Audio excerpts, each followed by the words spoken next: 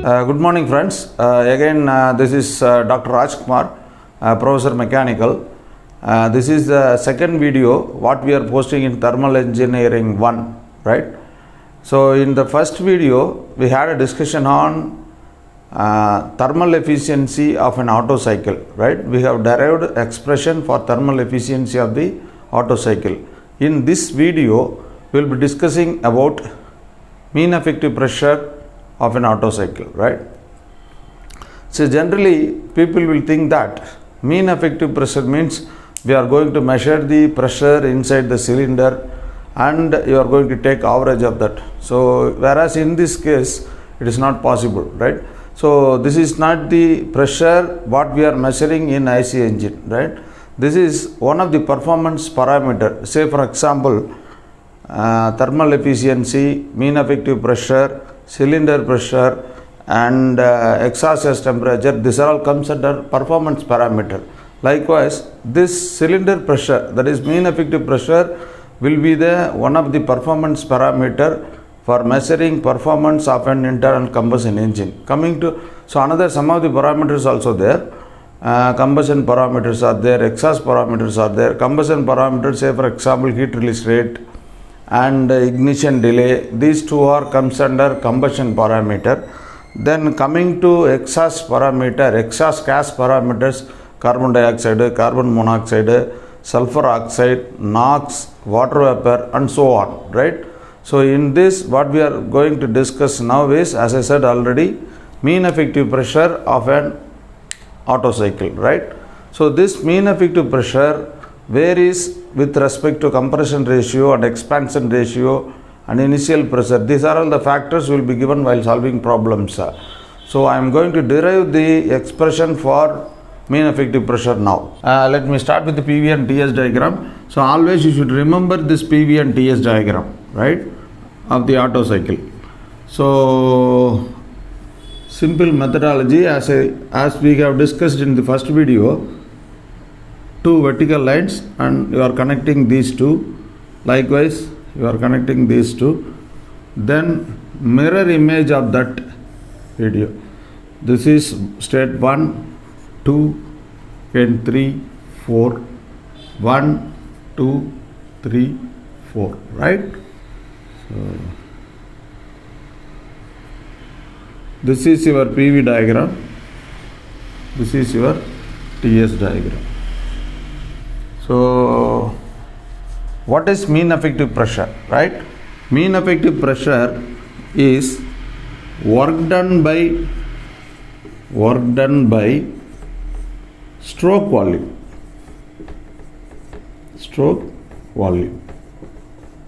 So first I am going to calculate the value of work done for this particular process, right? Work done.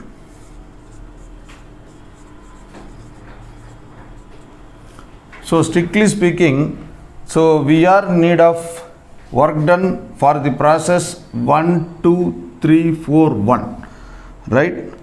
So a concept is there. Area under the curve in PV diagram will provide the value of work done. What is that?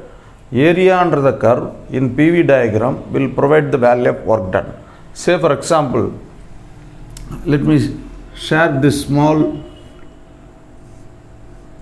PV diagram. This is 1 to 2. This is PV.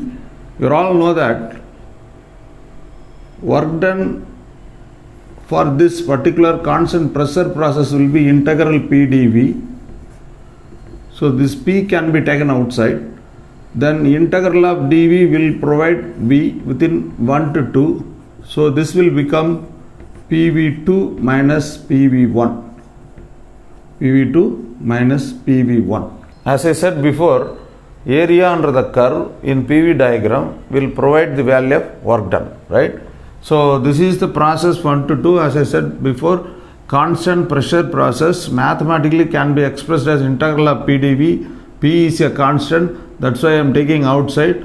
While you are integrating V, you will get V upper limit 2, lower limit 1. So finally this will become PV2 minus PV1 mathematically, right? This can be proved with this diagram. So this is the required area, right?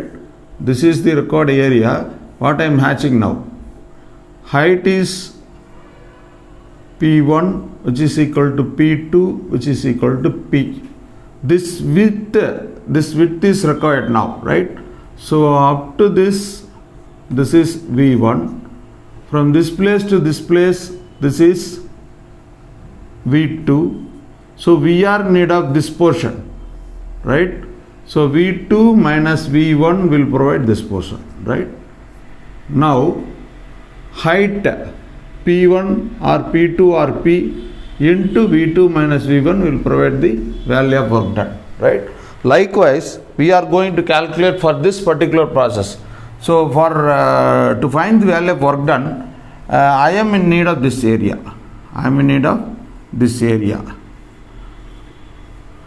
What I am going to do now is, I wanted to calculate the work done for the process 3 to 4 isentropic minus work done for the process of 1 to 2 isentropic, right? Say for example, area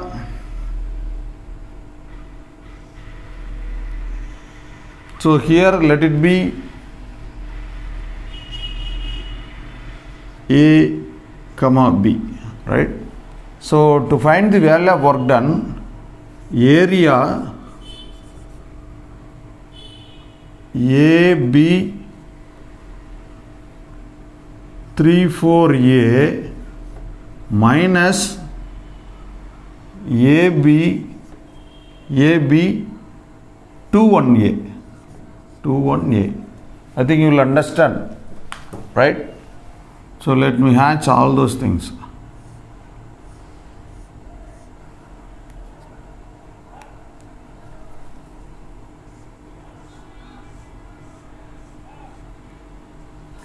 So what I am doing now is, I am going to subtract this green color area from this red color, right?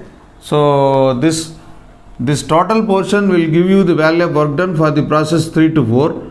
This portion alone will give you the value of work done for this 1 to 2. We are in need of this portion, right? So from thermodynamics you might have studied the value of work done for isentropic process is 1 by gamma minus 1 multiplied by P3 V3 minus P4 V4 minus of 1 by gamma minus 1 multiplied with P2 V2 minus P1 V1. What I am doing now is, I am taking this 1 by gamma minus 1 as a common factor outside. So 1 by gamma minus 1 whole multiplied with P3 V3 minus P4 V4 minus of P2 V2 minus P1 V1, right? Here what we are doing is, while deriving this equation, we are assuming that clearance volume is unity. Clearance volume is 1, Vc or V2 or V3. So here all are same. So this is your clearance volume. Alright, this is your clearance volume. So all these things are same. Vc, V2, V3, right? So we are assuming that clearance volume is 1 or unity. So in the next step, 1 by gamma minus 1 multiplied with V3 I am taking outside from these two factors. V3 can be taken outside. P3 minus P4 into V4 by V3 minus, from here I can take V2 outside. V2 multiplied with P2 minus P1 into V1 by V2, right? In the next step, I am leaving these two, V2 and, because which is equal to 1. I am leaving these two factor because V2 equal to V1 equal to, this will become 1, which is equal to 1, because it is a clearance volume. So we have assumed that clearance volume is 1. So that's why I am eliminating these two factors, right? Then what happened to the rest of the parameters? 1 by gamma minus 1 multiplied with P3 minus P4 into V4 by V3. What is V4 by V3? We have discussed in the previous video. V4 by V3, V1 by V2 is equal to R, known as compression ratio. This is your V1, right? This is your V1. So this is your V2, right? From this place to this place, this is V2. Here this is V1. V1 by V2 is nothing but V2, I can write it over here, right? V1 by V2 is nothing but compression ratio. V1 by V2, which is equal to V4 by V3. V4 by V3 is also equal to R, expansion ratio, right? Compression ratio, expansion ratio. So both are same in Otto cycle. So I am writing this V1 by V2 is equal to R, V4 by V3 is equal to R. This always you should remember, right? P4 multiplied with V4 by V3 is nothing but R minus of V2 we have eliminated already, P2 minus P1 R. So coming to this 1 minus gamma minus 1 by gamma minus 1 multiplied with, so what I am doing now is I am taking P4R from these two factors, right?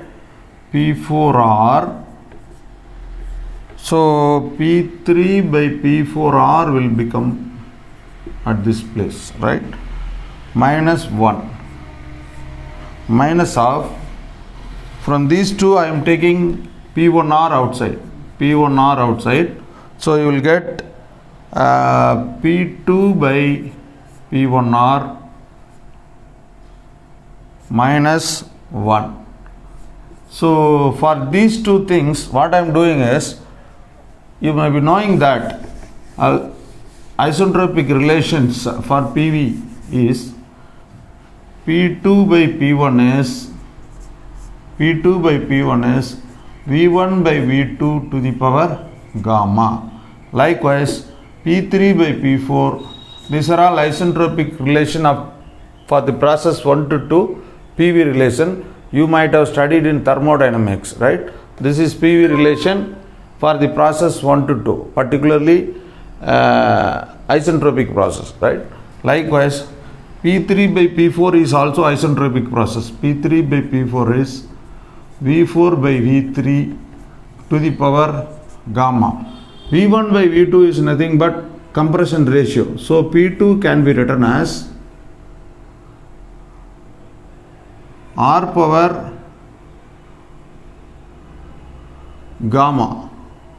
Likewise, P3 can be written as R power gamma into P1.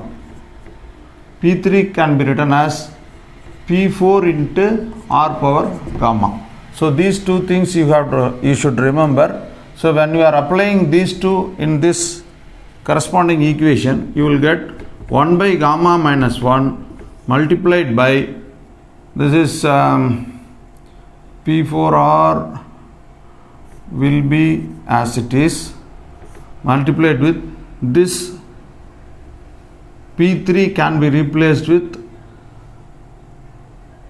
P4R power gamma.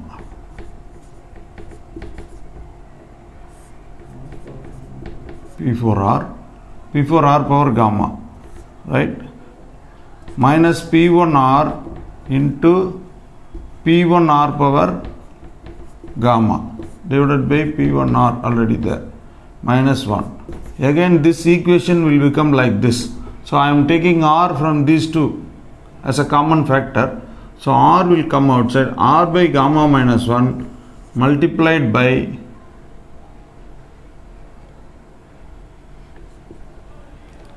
r power gamma r power 1. So r power gamma minus 1 minus 1, right, minus of